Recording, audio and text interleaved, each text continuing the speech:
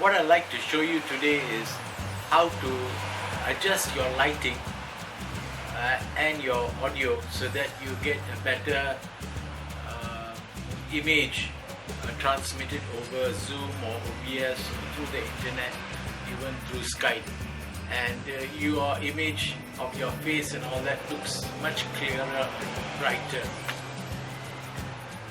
So let's start with the audio. I am using a lavalier mic. In my case, I also have a TRRS to USB connector, right?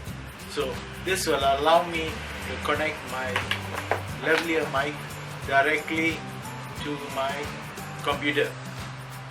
TRRS is for tip, ring, sleeve, right? So there are 4 metal parts to the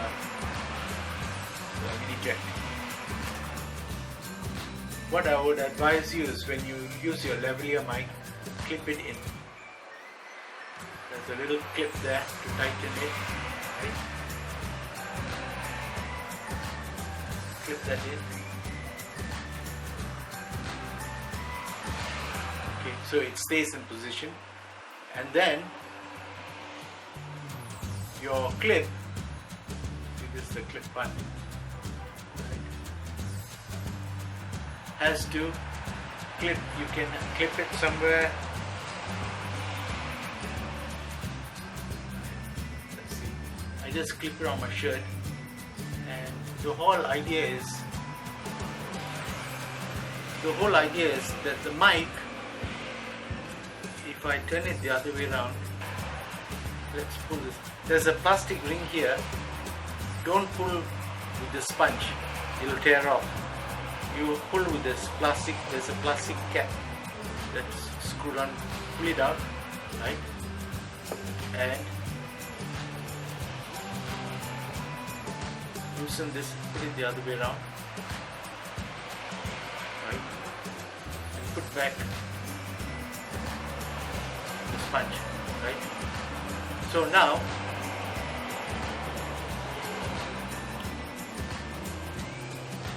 you can put this on my collar. As long as your mic is not touching or rubbing against your collar, sticking out away, it shouldn't be a problem. Okay?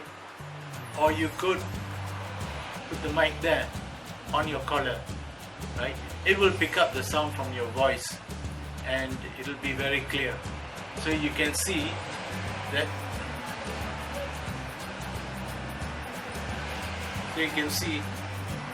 the mic is not touching anything, and it's not even touching my collar or my neck. The last few minutes of the video, the first part of this video was very noisy, isn't it? There was a lot of traffic noise, and it was probably distracting you from listening to what I was saying.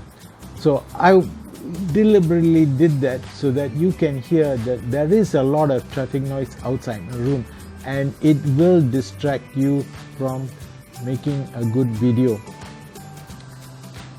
Ideally, you have to silence the background noise. After many months of experimenting, I found out the simplest way to cut the background noise was to use a lavalier mic muffler. Basically what it does is, this is a soundproof sponge. You can start with any normal sponge which you can get from the hardware shop, or you can use a soundproof foam, right? Now the mic, I've taken out the sponge from the mic. As you can see, I've taken out the sponge from the mic, and I've placed the mic right under my neck, right at the throat. So it picks up the sound from my voice directly in contact with the skin, and the soundproof foam blocks the external noise from coming in and being picked up from the mic. There's a motorbike going by, and I am using a wire gauze bandage, this one, that they supply in the hospitals. You can buy from the pharmacy. to hold the sponge to my neck, and it gives a very good clear reception, and you don't get the strangulated voice if I use a belt, if I had used a belt. It's a brilliant solution, but it won't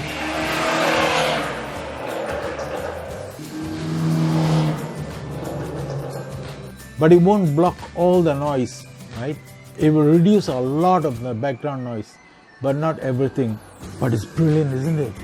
It's very effective, very convenient, and I advise you all to copy the idea. I've written to a lot of microphone companies to ask them to come out with an improved version, something that is appealing to look at. So my voice is very clear, right?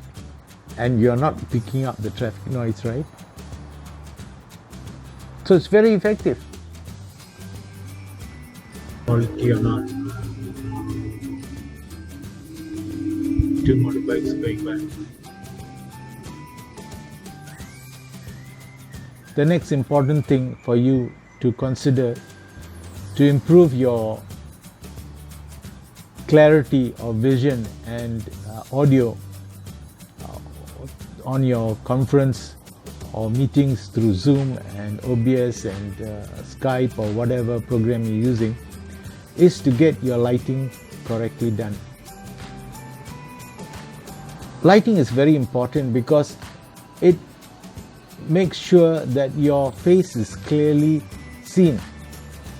If your face is in the shadow, people can't focus on it, and they will tend to drift and look at what's around in your home, right? And you will lose their attention. So it is very important to get the lighting right and to get your background right.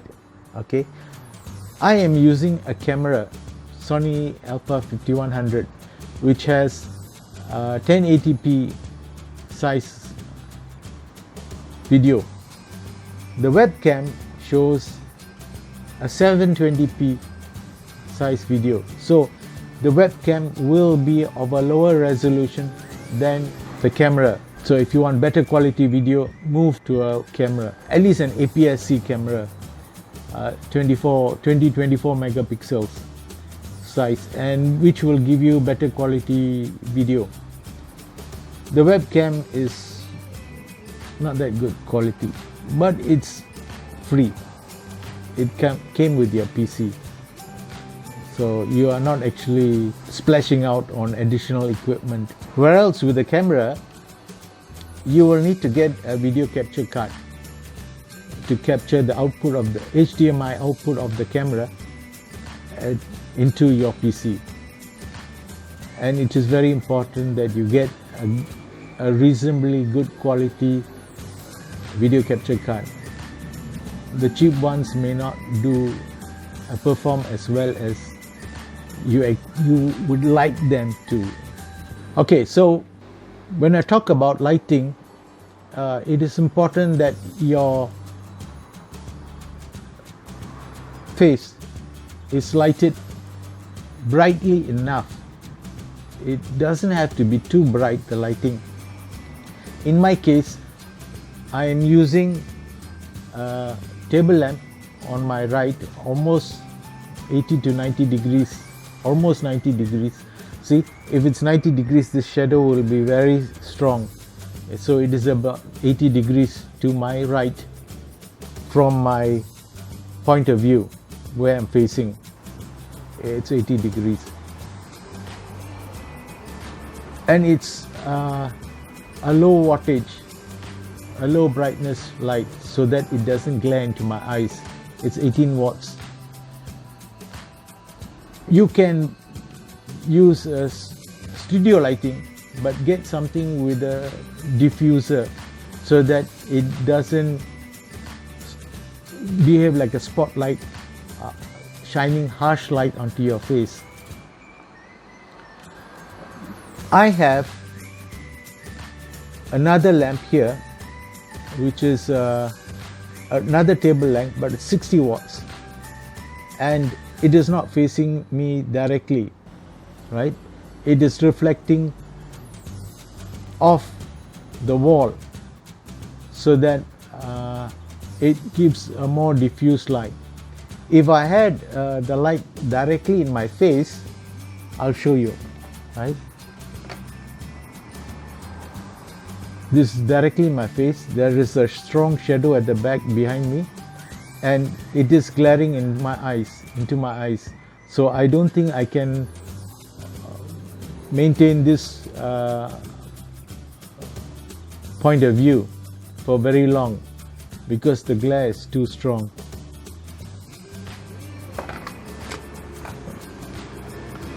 From that, it shows you that you don't need very bright lights when you are teleconferencing. You need something that will brighten up your image and not glare into your face. Please don't use fluorescent bulbs because they will flicker. Your video will have a lot of flicker. You can use the modern LED Tube 8 lights. They look like fluorescent lights, but they are LED lights. For normal video photography, you won't see any flicker. If I place the lighting directly into my face, so you can see there is a reflection on my eyes, right? And you actually have to bend downwards a bit and away, and you can see also there's some light in my pupils, in my eyeballs.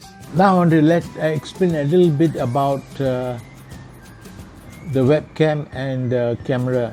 The webcam shows you a very wide angle view, so you actually have quite a lot being shown in your room. If you wanted more privacy, then I would suggest that you switch to a camera, because a camera you can zoom in closely. Let me show you. I'm going to zoom in. I'm using the remote feature. See? And you can't see what's behind me, right? You can only see my face and nobody else. So this can be an advantage in the sense of privacy. You may have children running around and playing games. You may have other visitors in your room. But not to worry, because you only focus on your face, because you're using a camera with a zoom lens.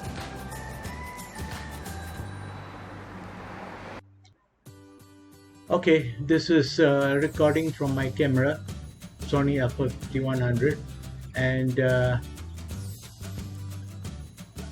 I am in focus most of the time. Okay, here's best. Okay, and I have tried to use the optimum settings for OBS for my camera. Much higher bitrate, and I'm using the GPU. Okay, now I'm using the webcam, this one, okay, not the camera. And I noticed that when I run the webcam, I cannot create a video that is 1920 by 1080p.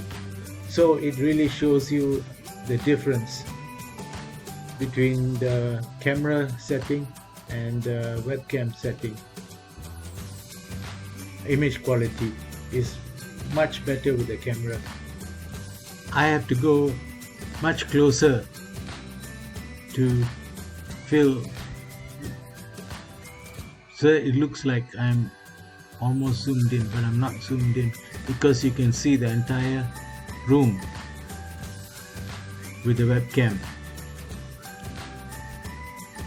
And I am not using any extra lighting. Is just the ceiling light that is lighting up for both the camera view and the webcam view. Now I have switched on the two table lamps that I shown you before. One is facing the wall and I'm getting the brightness reflected from it, and the other is directly at me, almost directly at me. But it's not affecting it's not glaring in my eyes, because it's almost to the right side of my face. and this recording is on the webcam. Now I'd like to tell you a little bit more about exposure setting. The camera always adjusts the exposure for how bright the image is. So if you have anything bright in the background, it will adjust the exposure for what's in your background, and your image will look darker. Let me show you what it is like to have a window behind you or any bright light behind you. Now I'm facing the window, and I want to show you how much of a difference it makes when you face the window and face the lights, and when the lights and the window is behind you. Let me turn around so that the lights and the window is behind me, right?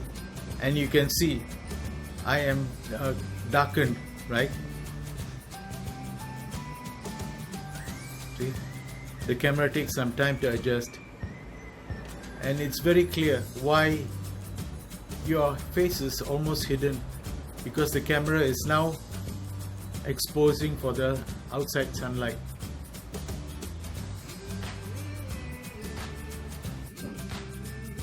Okay. In the early days, I used to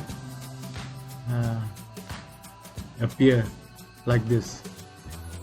Half the screen is facing my ceiling, because I didn't want people to see how untidy my room was. And I had lots of electronic parts hanging around, paperwork, research notes, all of that. It was an untidy mess.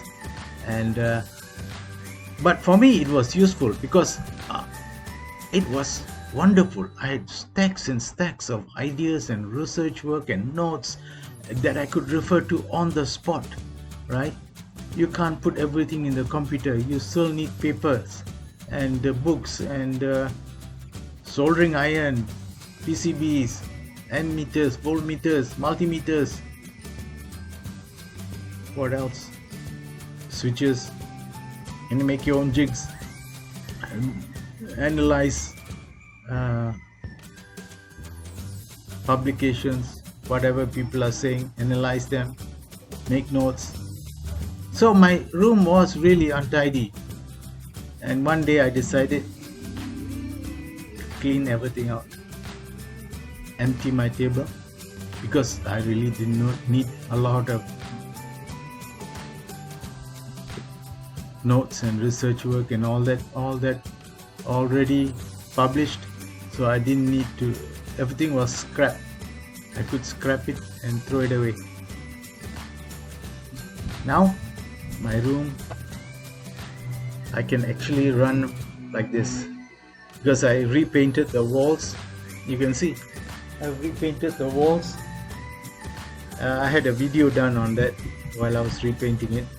I repainted the walls, and I use an undercoat, wall sealer, to paint it, because that's the cheapest. It's supposed to be an undercoat where I paint it so that the whole wall, all the walls appear uniform in brightness. There won't be dark patches and light patches and all that. And then on top of that, you paint whatever coat, color you want to color, so that your painting, your wall painting, looks uniform. It won't show dark patches and light patches, right? That's the whole idea behind using an undercoat or a wall sealer. So my room looks not too bad, not too bad. And now I'm not so embarrassed about showing my room. And I rearranged all the table and chairs and all that, and moved the bed around, and now it looks more spacious too. I won't be surprised some of you, if not many of you, also are in the same situation. Clean up. and then you'll see how wonderful it is, and you can easily do your communication on the internet through Zoom or OBS or whatever program you're using.